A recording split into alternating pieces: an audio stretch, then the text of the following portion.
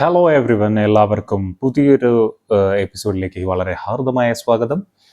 ഇന്ന് ഞാൻ സംസാരിക്കാൻ പോകുന്നത് നമ്മുടെ ഈയിടെ റിലീസ് ചെയ്യപ്പെട്ട മറ്റേ നെറ്റ്ഫ്ലിക്സിൽ വളരെ ശക്തമായി ഒരുപാട് പ്രേക്ഷകരെ സമ്പാദിച്ചു കൊണ്ടുപോടുന്ന സ്ട്രേഞ്ചർ തിങ്സിനെ പറ്റിയാണ്. അപ്പോൾ സ്ട്രേഞ്ചർ തിങ്സിൻ്റെ സീസൺ 5 ഈ അടുത്താണ് റിലീസായിരിക്കുന്നത്. അപ്പോൾ നിങ്ങൾക്ക് എല്ലാവർക്കും അറിയാം, ഒരുപാട് പേര് അതിനെ ഫോളോ ചെയ്ത് സ്ട്രേഞ്ചർ തിങ്സിൻ്റെ ആരാധകരായി മാറിയ ഒരുപാട് പേർ നമ്മുടെ സമൂഹത്തിലുണ്ട്. കേരളത്തിൽ മാത്രമല്ല, ലോകമെമ്പാടും. എനിക്ക് തോന്നുന്നു ഇപ്പോൾ സ്ട്രേഞ്ചർ തിങ്സിൻ്റെ സീസൺ 5 ഇറങ്ങിയതോടുകൂടി ഒരുപാട് പേര് അതിനെപ്പറ്റി ചർച്ച ചെയ്യുന്നുണ്ട്. കാരണം ഒരുപാട് പേര് അതിനെപ്പറ്റി മനസ്സിലാക്കുന്നു. ഫസ്റ്റ് സീസൺ മുതൽ ഇറങ്ങുന്ന അന്ന് മുതൽ കണ്ട് തുടങ്ങിയ ആൾക്കാരെക്കാൾ കൂടുതൽ ഒബ്വിയസ്ലി അതിന് കൂടുതൽ പ്രേക്ഷകരെ സമ്പാദിക്കാൻ കഴിഞ്ഞിട്ടുണ്ട് എന്ന് പറയുന്നത് വല്ലാത്തൊരു നേട്ടം തന്നെയാണ്. അങ്ങനെ ഇരിക്കുമ്പോഴാണ് നമ്മൾ സ്ട്രേഞ്ചർ തിങ്സിൻ്റെ കാര്യങ്ങൾ സ്ട്രേഞ്ചർ തിങ്സ് കാണുമ്പോൾ നമുക്ക് അതിനകത്തുള്ള ഒരുപാട് കാര്യങ്ങൾ എന്താ പറയുക, വളരെ വിശ്വസിക്കാൻ പറ്റാത്ത ഫിക്ഷനായിട്ടൊക്കെ നമുക്ക് ഫീൽ ചെയ്തു, അല്ലേ? ഫിക്ഷൻ സിംപ്ലി ഒരു സിനിമയാണ്, നല്ലൊരു ഇമാജിനേഷൻ, അങ്ങനെയൊക്കെയാണ് നമ്മൾ ഫീൽ ചെയ്യുന്നത്. ഓക്കെ, പക്ഷേ കുറച്ച് കഴിയുമ്പോഴാണ് നമ്മൾ മനസ്സിലാക്കുന്നത്, യൂട്യൂബിലും മറ്റും അല്ലെങ്കിൽ പല സ്ഥലങ്ങളിലും നമ്മൾ നോക്കുമ്പോൾ സ്ട്രേഞ്ചർ തിങ്സിന് ഒരുപാട് പഴയ കാലത്ത് സംഭവിച്ച ഒരുപാട് സംഭവങ്ങളുമായി ഒരുപാട് ബന്ധങ്ങളുണ്ട് എന്നുള്ള സത്യം. അപ്പം ഞാനിവിടെ സംസാരിക്കാൻ പോകുന്നത് ആ സത്യങ്ങളെക്കുറിച്ചാണ്. So let's get into the video more detail. അപ്പോൾ സ്ട്രേഞ്ചർ തിങ്സ് എന്ന് പറയുമ്പോൾ എപ്പോഴും നമ്മളൊരു സീരീസ് ആയിക്കോട്ടെ, അതുപോലെ തന്നെ ഒരു സിനിമ ആയിക്കോട്ടെ, അപ്പോൾ ആ സിനിമ ഒക്കെ കാണുന്ന സമയത്ത് നമുക്ക് അതിനെ നമ്മുടെ ജീവിതത്തിലുള്ള റിയൽ ലൈഫ്, ഉദാഹരണം നമ്മൾ ഈ അടുത്തിറങ്ങിയ ലോക ഇറങ്ങിയ സമയത്ത് ഒരുപാട് പേര് ലോകയെ എന്ത് ചെയ്യുന്നു, അതായത് അവർ നമ്മുടെ ഇടയിൽ ജീവിക്കുന്നുണ്ട് എന്ന് പറയുന്ന പോലെ തന്നെ അങ്ങനെ വിശ്വസിച്ചുകൊണ്ട് സിനിമ കണ്ടപ്പോൾ എല്ലാവർക്കും നല്ലൊരു ഫീല് കിട്ടിയില്ലേ? അതുപോലെ തന്നെയാണ് എപ്പോഴും നമ്മളൊരു സിനിമ കാണുമ്പോൾ അതിനകത്ത് നമ്മളിപ്പോൾ സ്ട്രേഞ്ചർ തിങ്സ്, അതുപോലെ അതുപോലൊരു സിനിമയാണ് ട്രാൻസ്ഫോമേഴ്സ്, ഈ സിനിമകളൊക്കെ കാണുമ്പോൾ അതിന് ഇത് ഭൂമിയിൽ സംഭവിച്ചിട്ടുള്ളതാണോ, ഇതിനെന്തെങ്കിലും എവിഡൻസസ് ഉണ്ടോ, ഈ കഥ എന്തെങ്കിലും ശരിയായ സംഭവങ്ങളിൽ നിന്ന് ഉരുത്തിരിഞ്ഞ് അതിൽ നിന്ന് പ്രചോദനം ഉൾക്കൊണ്ട് എഴുതി നമുക്ക് പ്രസൻറ്റ് ചെയ്തതാണോ എന്നുള്ള കാര്യങ്ങളൊക്കെ നമ്മളെ മനസ്സിൽ ഉരുത്തിരിഞ്ഞ് വരുന്നത് സ്വാഭാവികമാണ്. അപ്പോൾ അതുപോലെ തന്നെ നിങ്ങൾക്കറിയാം, ട്രാൻസ്ഫോമേഴ്സ് 2007 തോന്നുന്നു അതിൻ്റെ ഫസ്റ്റ് ഇതിറങ്ങുന്നത്. അന്ന് മുതൽ അത് കണ്ട്, അതുപോലെ തന്നെ ട്രാൻസ്ഫോമേഴ്സിൻ്റെ ഒരു ആരാധകനായ ഒരുപാട് പേരിൽ ഒരാളാണ് ഞാനും. അപ്പോൾ ട്രാൻസ്ഫോമേഴ്സ് എന്നൊരു സിനിമ ഇറങ്ങിയപ്പോൾ തന്നെ നമുക്കറിയാം, അത് ഒരുപാട് ട്രാൻസ്ഫോമേഴ്സിൻ്റെ പല മോശപ്പെട്ട ഡിസെപ്റ്റിക്കോൺസ് ആൻഡ് ഓട്ടോബോട്ട്സ് ഇവർ തമ്മിലുള്ള ചില ക്ലാഷുകളും അത് ഹ്യൂമാനിറ്റി അതൊക്കെയാണ് സംഭവം. അതിലേക്ക് പോകുന്നില്ല. അപ്പോൾ അത് കാണുമ്പോൾ നമുക്ക് മനസ്സിലാവും, ഞാനൊക്കെ ഒരുപാട് ഇമാജിൻ ചെയ്തിട്ടുണ്ട്.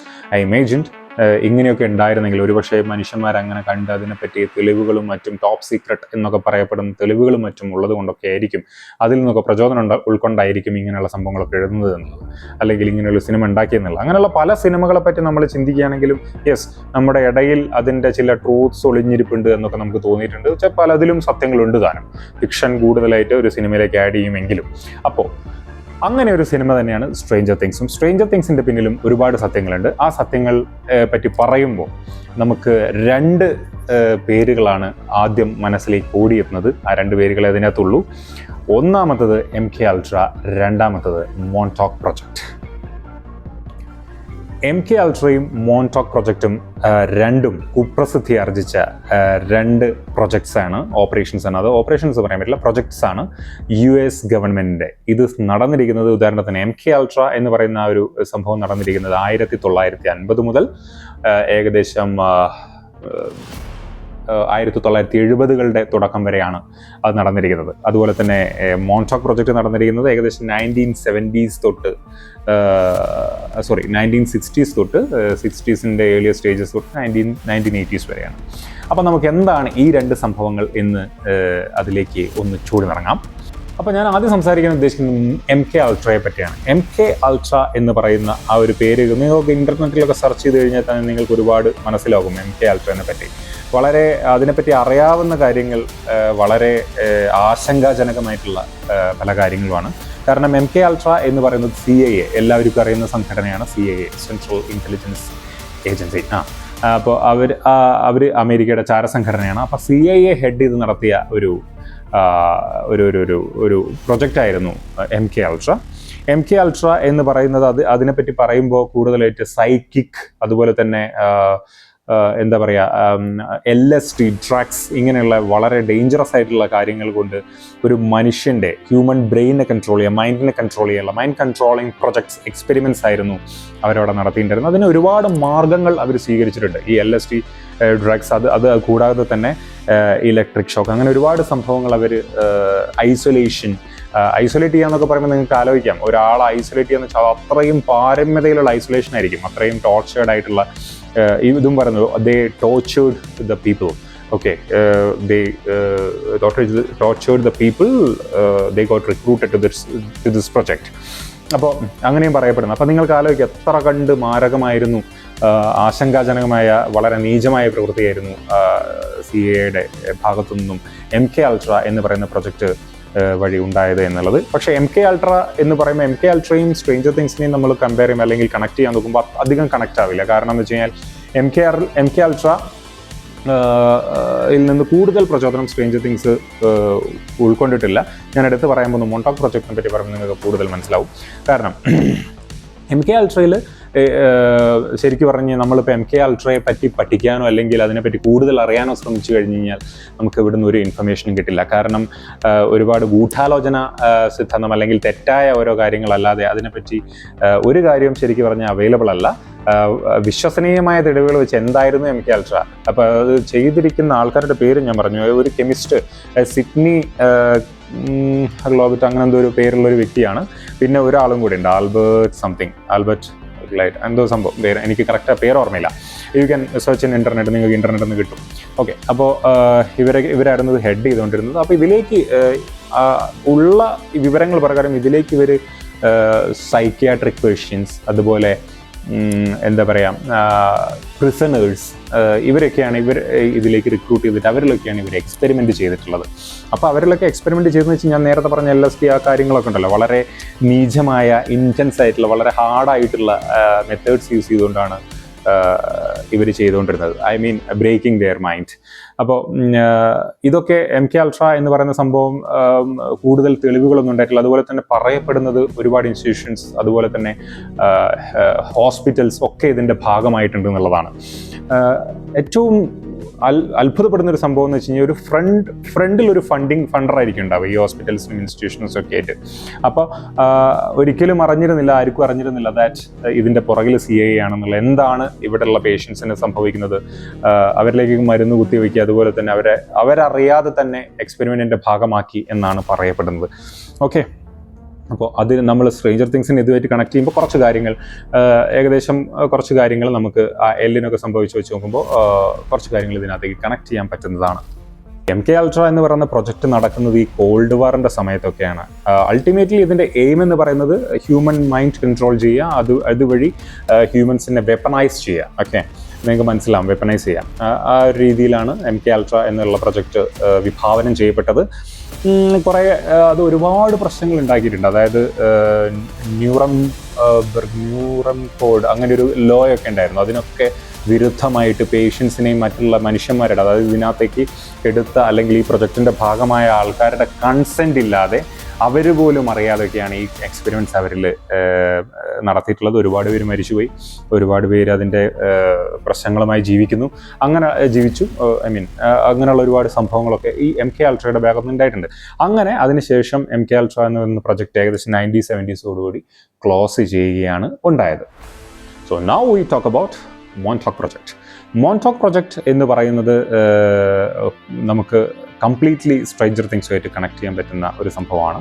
സോ മോണ്ടോക് പ്രൊജക്റ്റ് എന്ന് പറയുന്ന സ്ട്രേഞ്ചർ തിങ്സിൻ്റെ നിങ്ങൾ കേട്ടിരിക്കുന്ന കോൺസ്പിറസി തിയറികളിൽ മോണ്ടോക് പ്രൊജക്റ്റിൻ്റെ കാര്യങ്ങളെ പറ്റി അല്ലെങ്കിൽ അതിനകത്ത് നടന്ന കാര്യങ്ങളെ പറ്റി കേട്ടിട്ടുണ്ടെങ്കിൽ അതിൽ സത്യമുണ്ട്, അതിൻ്റെ അകത്ത് ഒരുപാട് സത്യമുണ്ട് എന്നുള്ളതാണ് സത്യം.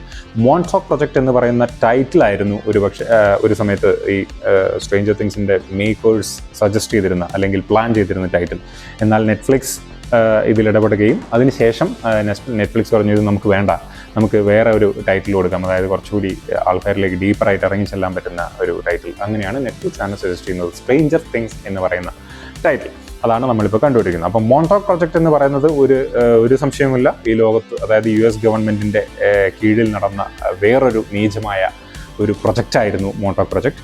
നിങ്ങൾക്കറിയാം, ഞാൻ നേരത്തെ പറഞ്ഞല്ലോ MK Ultra ഒരു 1970s ക്ലോസ് ചെയ്യുന്നു. അപ്പോൾ ഒരുപാട് ബാക്ക്ലാഷസ് അല്ലെങ്കിൽ ഇത് കുറച്ചായിട്ട് പുറത്തിറങ്ങിയ സമയത്ത് CIA അത് കംപ്ലീറ്റ്ലി കവറപ്പ് ചെയ്തെങ്കിലും തെളിവുകളൊന്നും ഇല്ലാതെ തന്നെ. കാരണം ഞാൻ പറഞ്ഞുതരാം, അപ്പം MK Ultrയുടെ പറയുകയാണെങ്കിൽ നിങ്ങളിപ്പോൾ MK Ultrയുമായി ബന്ധപ്പെട്ട ഒരു ലാൻഡോ അല്ലെങ്കിൽ എന്തെങ്കിലും സ്ഥലങ്ങളോ ഒന്ന് എന്തായിരുന്നു MK Ultra എന്ന് അറിയാൻ ശ്രമിച്ചു കഴിഞ്ഞാൽ even if you are standing own a land which that's where if MK Ultra had happened, ആ പ്രൊജക്റ്റ് നടന്ന സ്ഥലം അത് തന്നെയാണെങ്കിൽ നിങ്ങൾക്കത് മനസ്സിലാകുക. കാരണം അത്ര കണ്ട് കവറപ്പ് ചെയ്തിട്ടുണ്ട് MK Ultra എന്ന് പറയുന്ന പ്രൊജക്റ്റ്. അതുകൊണ്ടാണ് അതിൻ്റെ തെളിവുകൾ അശേഷമില്ല എന്ന് തന്നെ വേണമെങ്കിൽ പറയാം. എന്നാൽ മോൺടോക്ക് നേരെ തിരിച്ചാണ്. മോൺടോക്കിൻ്റെ കാര്യം പറയുമ്പോൾ മോൺടോക്കിൻ്റെ നടന്ന സ്ഥലത്തിൻ്റെ കൃത്യമായ നമുക്കറിയാം, അത് ലോങ് ഐലൻഡ് എന്ന് പറയുന്നൊരു സ്ഥലത്തായിരുന്നു മോൺടോക്ക്.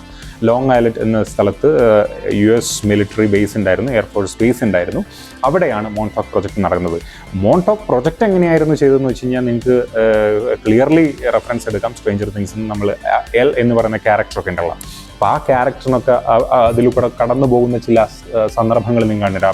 ഇലക്ട്രിക് ഷോക്സ്, ഹിപ്നോസിസ്, അതുപോലെ തന്നെ ടൈം ട്രാവലിംഗ്, ഇങ്ങനെയുള്ള ഒരുപാട് കാര്യങ്ങൾ മോൺടോക്ക് പ്രൊജക്റ്റിൽ എക്സ്പ്ലോർ ചെയ്യപ്പെട്ടിട്ടുണ്ട് എന്നാണ് പറയപ്പെടുന്നത്. അപ്പോൾ സ്ട്രേഞ്ചർ തിങ്സിൽ നിങ്ങൾ കണ്ടിട്ടുണ്ടാകും. അപ്പോൾ അങ്ങനെയുള്ള കാര്യങ്ങളൊക്കെ ഈ മോൺടോക്ക് പ്രൊജക്റ്റിൽ നടന്ന കാര്യങ്ങളൊക്കെ സ്ട്രേഞ്ചർ തിങ്സിൽ അവർ വിഷ്വലൈസ് ചെയ്തിട്ടുണ്ട് ഒരുപാട്. സോ അത് മോൺടോക്ക് പ്രൊജക്റ്റാണ് കൂടുതൽ സ്ട്രേഞ്ചർ തിങ്സുമായിട്ട് കണക്റ്റ് ആവുന്നത് എന്ന് പറയാൻ കാരണം അതാണ്. മോൺടോക്ക് പ്രൊജക്റ്റിൽ എപ്പോഴും യൂസ് ചെയ്തിരുന്ന അവർ തുടക്കം മുതൽ യൂസ് ചെയ്ത ചിൽഡ്രൻ ഒക്കെ ആയിരുന്നു. കാരണം അത് കൂടുതൽ ബുദ്ധിമുട്ടാണ്. കാൽട്രയിൽ പിന്നെ സൈക്യാട്രിക് പേഷ്യൻസ്, അതുപോലെ തന്നെ പ്രിസണേഴ്സ് ഒക്കെയാണ്. ഇവിടെ ചിൽഡ്രനെയാണ് യൂസ് ചെയ്യുന്നത്. കാരണം ചിൽഡ്രൻ നിങ്ങൾക്കറിയാം, വെഗ്ന പറയുന്നൊരു ഡയലോഗ് ഉണ്ടല്ലോ സ്ട്രേഞ്ചർ തിങ്സിൽ, അത് children are easy to break. അതുകൊണ്ടൊക്കെ ആയിരിക്കാം ഒരു പക്ഷേ ഗവൺമെൻറ് സ്പോൺസേഡ് ഒരു പ്രൊജക്റ്റ് ചിൽഡ്രനെ സെലക്ട് ചെയ്തത്. പല രീതിയിലും അത് നടന്നിട്ടുണ്ട്. അപ്പോൾ എന്താ പറയുക, അതിൻ്റെ കൂടുതൽ വിശദാംശങ്ങൾ ഞാൻ നേരത്തെ പറഞ്ഞ പോലെ തന്നെ കവറപ്പ് ചെയ്യപ്പെട്ടത് കാരണം ആരൊക്കെ ഇതിൻ്റെ അകത്ത് പങ്കെടുത്തു, ആർക്കൊക്കെ ജീവഹാനി സംഭവിച്ചു, ആരൊക്കെ രക്ഷപ്പെട്ടു എന്നുള്ളതിനെ പറ്റി ഒരു അറിവുമില്ല. കാരണം നിങ്ങൾക്ക് പോയി കഴിഞ്ഞാൽ ഇപ്പോൾ അതിൻ്റെ ശേഷിപ്പുകൾ അതുമായിട്ടുള്ള എവിഡൻസ് എന്നൊന്നും പറയുന്ന ഒന്നുമില്ല. ഒരു മ്യൂസിയത്തിൽ പോയി കഴിഞ്ഞാൽ അതിൻ്റെ കുറച്ച് ആർക്കൈവിൽ അങ്ങനെയുള്ള സാധനങ്ങളൊക്കെ കിട്ടുള്ളൂ മോൺടോക്ക് പ്രൊജക്റ്റിന്. പക്ഷേ ആ സ്ഥലമുണ്ട്, ക്യാമ്പ് ഹീറോ നാഷണൽ പാർക്ക് എന്ന് പറഞ്ഞിട്ട് US പബ്ലിക്കിന് ആക്സസ് ഉള്ള ഒരു സ്ഥലമാണ്. നമുക്കവിടെ പോകാം, വിസിറ്റ് ചെയ്യാം, മോൺടോക്ക് പ്രൊജക്റ്റ് എന്ന സംഭവം നടന്ന സ്ഥലങ്ങൾ കാണാം, സ്ട്രേഞ്ചർ തിങ്സുമായിട്ട് കണക്ട് ചെയ്യാം. അപ്പോൾ സ്ട്രേഞ്ചർ തിങ്സിനെ കണക്ട് ചെയ്യുമ്പോൾ നിങ്ങൾക്കറിയാം, സ്ട്രേഞ്ചർ തിങ്സിൽ യൂസ് ചെയ്യുന്ന ചില വിഷ്വൽസ് ഉണ്ട്. ഒരു റഡാറിൻ്റെ ഒക്കെ ഇങ്ങനെയുള്ള ഒരു റഡാർ സാധനങ്ങളൊക്കെ, ആ ബിൽഡിംഗ് ഒക്കെ എപ്പോഴും അവിടെ ഉണ്ട്. അതുപോലെ തന്നെ ഈ മോൺടോക്ക് പ്രൊജക്റ്റ് നടന്നു എന്ന് പറയുന്ന ഈ സ്ഥലം ഞാൻ പറഞ്ഞല്ലോ, ക്യാമ്പ് ഹീറോ എന്ന് പറയുന്ന സ്ഥലം, അതിലേക്ക് കംപ്ലീറ്റ് ആക്സസ് ഒന്നും പബ്ലിക്കിനില്ല. ഒരു പല സ്ഥലങ്ങളും ഡു നോട്ട് എൻ്റർ എന്ന് പറഞ്ഞ് വലിയ ബോർഡൊക്കെ വെച്ചിട്ട് ബ്ലോക്ക് ചെയ്തിട്ടുണ്ട്. അതായത് ആ ബിൽഡിങ്ങിൻ്റെ സൈഡിലേക്കൊന്നും എൻട്രൻസ് ഇല്ല എന്നാണ് പറയപ്പെടുന്നത്.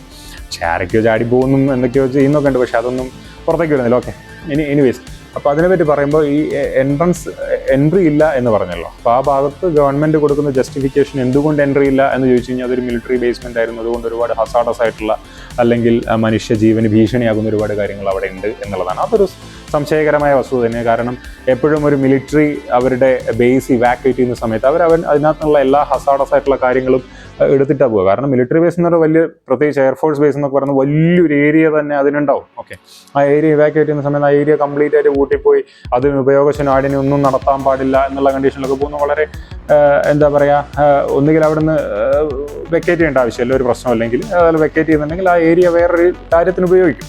പക്ഷേ ഇവിടെ അതുണ്ടായിട്ടില്ല. ഒരുപാട് മേഖലകൾ ഇപ്പോഴും പബ്ലിക്കിന് ആക്സസ് ഇല്ലാതെ എൻട്രൻസ് ബ്ലോക്ക് ചെയ്തിട്ടിരിക്കുകയാണ്. കാരണം അവർ പറഞ്ഞല്ലോ ഹസാഡായിട്ടുള്ള കാര്യമുണ്ടെന്ന്. പക്ഷേ അവിടെയാണ് സംശയം. കാരണം അങ്ങനെ ഉണ്ട് എന്നുണ്ടെങ്കിൽ ഒരു പക്ഷേ അതൊരു യുദ്ധം നടന്ന സ്ഥലം ആണ് എന്നാരും പറയുന്നില്ല. ഓക്കെ, അവിടെ ഒരു പ്രൊജക്ട് ബേസ് ആയിരുന്നു എന്ന് മാത്രമേ പറയുന്നുള്ളൂ. സോ അങ്ങനെ ഒരു നോർമൽ ബേസിൽ എന്തുകൊണ്ട് ഇത്രയും ഹസാഡസ് ആയിട്ടുള്ള കാര്യങ്ങൾ ലെഫ്റ്റ് ഓവർ ചെയ്യപ്പെട്ടു എന്നുള്ളത് ഒരു സംശയകരമായ വസ്തുത തന്നെയാണ്. നിങ്ങളിപ്പോൾ പോയാലും കാണാം, നിങ്ങളിപ്പോൾ US പോയി US ടിക്കറ്റ് എടുത്ത് ക്യാമ്പ് ഹീറോ കാണാൻ പോയി കഴിഞ്ഞാൽ നിങ്ങൾക്ക് കാണാം അബാൻഡൻഡ് ആയിട്ടുള്ള റഡാർ ടവറുകൾ, മിലിറ്ററി എക്യുപ്മെൻറ്റ്സ്, ഇങ്ങനെയുള്ള സാധനങ്ങളൊക്കെ നിങ്ങൾക്ക് അവിടെ വിസിബിളാണ്.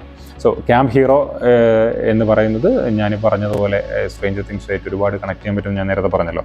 സോ അതിൻ്റെ ഒരുപാട് കാര്യങ്ങളാണ്. അതായത് ഞാൻ പറഞ്ഞ പോലെ ഈ hypnosis, electromagnetic fields, time travel, same drugs, അതുപോലെ തന്നെ വളരെ ഇൻറ്റൻസ് ആയിട്ടുള്ള വളരെ ഡേഞ്ചറസ് ആയിട്ടുള്ള രീതിയിലുള്ള അബ്യൂസ്, അതുപോലെ തന്നെ ഫിസിക്കൽ അസോൾട്ട്സ്, ഈ കാര്യങ്ങളൊക്കെ ഈ മോൺടോക്ക് പ്രൊജക്റ്റിൻ്റെ ഭാഗമായിരുന്നു. ഒരുപാട് കുട്ടികൾ ഇതിനകത്ത് ഭാഗമായി അല്ലെങ്കിൽ ഇരയാക്കപ്പെട്ടു എന്ന് പറയുന്നുണ്ട്. ഇതൊക്കെ ഞാൻ നേരത്തെ പറഞ്ഞ കോൾഡ് വാറിൻ്റെ സമയത്തൊക്കെ ആയിരുന്നു, അപ്പോൾ ഹ്യൂമൻസിനെ വെപ്പണൈസ് ചെയ്യാൻ വേണ്ടിയിട്ട്. സോ അതാണ് മോൺടോക്ക് പ്രൊജക്റ്റിനെ പറ്റി പറയുമ്പോൾ. ഇനിയിപ്പോൾ വേണമെന്നുണ്ടെങ്കിൽ എനിക്ക് മറ്റ് ചിലർ പറയുന്ന പോലെ വേണമെങ്കിൽ ഇതിനകത്തേക്ക് കൂടുതൽ കാര്യങ്ങൾ അല്ലെങ്കിൽ മസാല ചേർക്കാമെന്നൊക്കെ പറയുന്നത് അതുപോലെയൊക്കെ ചേർത്തിട്ട് പലരും പറയുന്നുണ്ട്. പക്ഷേ എനിക്കതിന് താല്പര്യമില്ല. ഞാനിപ്പോൾ പറഞ്ഞിരിക്കുന്നത് വെച്ച് കഴിഞ്ഞാൽ അവൈലബിൾ ആയിട്ടുള്ള അല്ലെങ്കിൽ എന്താണോ സ്ട്രേഞ്ചർ തിങ്സും ഈ കോൺസ്പിറസി തിയറിയിൽ എന്തെങ്കിലും ഒരു സത്യമുണ്ടോ എന്ന് ചോദിച്ചു കഴിഞ്ഞാൽ ആ സത്യങ്ങളെ പറ്റിയാണ് ഞാനിവിടെ പറഞ്ഞിരിക്കുന്നത്. MK Ultra and Montauk project. അപ്പോൾ ഈ രണ്ട് കാര്യങ്ങളെ പറ്റി സംസാരിക്കുമ്പോൾ ഇത്രയും കാര്യങ്ങളെ പറയാനുള്ളൂ. കാരണം അതിൽ കൂടുതൽ ഈ ലോകത്ത് അവൈലബിൾ അല്ല. കുറച്ച് അവിടെ നിന്ന് പേപ്പർ കട്ടിങ് അങ്ങനെയുള്ള സാധനങ്ങൾ അതിലും ഒന്നുമില്ല ശരിക്കും പറഞ്ഞാൽ. അതാണ് പറയുന്നത്, ഈ രണ്ട് സാധനങ്ങളും ഹൈലി കവേർഡ് അപ്പാണ്. MK Ultra കംപ്ലീറ്റ്ലി കവേർഡ് അപ്പാണ്. പക്ഷേ മോൺടോക്ക് കുറച്ചുകൂടി ഒന്ന് സർഫസ്ഡ് ആണ്, കുറച്ചുകൂടി വളരെ കുറച്ച്. സോ അതിൽ നിന്നാണ് നമുക്ക് കുറച്ചുകൂടി കാര്യങ്ങൾ, അതായത് എന്തെങ്കിലും പറഞ്ഞില്ല ക്യാമ്പ് ഹീറോ എന്നൊക്കെ പറയുന്നത് കുറച്ചുകൂടി അങ്ങ് നമുക്കത് ഉറപ്പിക്കാം. അങ്ങനെ ഒരു സംഭവം മോൺടോക്ക് പ്രൊജക്റ്റ് എന്ന് പറയുന്ന ഒരു സാധനം അവിടെ ഉണ്ടായിരുന്നു എന്നുള്ളത് എന്താ പറയുക, സംശയഭേദമന്യേ സമ്മതിക്കപ്പെട്ട ഒരു കാര്യം തന്നെയാണ്. സോ അതാണ് ഇതിൻ്റെ അകത്തുള്ള സംഭവം. അപ്പോൾ സ്ട്രേഞ്ചർ തിങ്സ് കാണുമ്പോൾ നിങ്ങൾ ആലോചിച്ചാൽ മതി, അതിനകത്ത് പോയിരിക്കുന്ന കാര്യങ്ങൾ, അതിനകത്ത് കാണിച്ചിരിക്കുന്ന കാര്യങ്ങൾ കംപ്ലീറ്റ് എന്താ പറയുക ഫിക്ഷൻ ആണോ എന്ന് വെച്ചാൽ ഒരുപാട് ഫിക്ഷനായിട്ടുള്ള സംഭവമുണ്ട്. അതിപ്പോൾ ഞാൻ പറഞ്ഞു തരേണ്ട ആവശ്യമില്ലല്ലോ. കംപ്ലീറ്റ് അതിനകത്ത് കാണിച്ചു വെച്ചിരിക്കുന്ന സാധനങ്ങൾ മുഴുവൻ നടന്ന സംഭവങ്ങളൊന്നുമല്ല. ഫിക്ഷൻസ് ഒരുപാടുണ്ട്, എന്നാൽ അതിനകത്ത് ഒരുപാട് ട്രൂത്ത്സ് ഉണ്ട്. ട്രൂത്ത്സിനെ കണക്ട് ചെയ്തുകൊണ്ടാണ് ഫിക്ഷൻസ് വന്നിരിക്കുന്നത് എന്ന് മാത്രം. സോ ഇതാണ് stranger things and the conspiracy theory എന്നുള്ള ആ ഒരു ടോപ്പിക്കിൽ എനിക്ക് പറയാനുള്ളത്. നിങ്ങൾക്ക് ഇതിനെപ്പറ്റി കൂടുതൽ അറിയണമെന്നുണ്ടെങ്കിൽ ഇൻ്റർനെറ്റിലും അതുപോലെ തന്നെ എന്താ പറയുക നൂതനമായ സാങ്കേതികവിദ്യകൾ നമുക്ക് അവൈലബിൾ ആണ്. അതിലൊക്കെ നോക്കിക്കഴിഞ്ഞാൽ നിങ്ങൾക്ക് ഇത്രയും ഞാനീ പറഞ്ഞ ഏകദേശം ഡീറ്റെയിൽസ് മാത്രമേ നിങ്ങൾക്ക് കിട്ടുള്ളൂ. കൂടുതൽ എന്താ പറയുക പഠിച്ചു കഴിഞ്ഞ് കഴിഞ്ഞാലും ഒരു പുസ്തകങ്ങളൊക്കെ ഉണ്ട്. ഓക്കെ, നിങ്ങൾക്ക് വേണമെന്നുണ്ടെങ്കിൽ അതൊക്കെ എടുത്ത് വായിക്കാം. അപ്പോൾ കുറച്ചുകൂടി ഐഡിയാസ് നിങ്ങൾക്ക് കിട്ടും. എന്താ പറയുക, ഇതൊക്കെയാണ് അതിനെപ്പറ്റിയുള്ള ഒരു ഔട്ട്ലൈൻ. സോ അത്രേ എനിക്ക് പറയാനുള്ളൂ.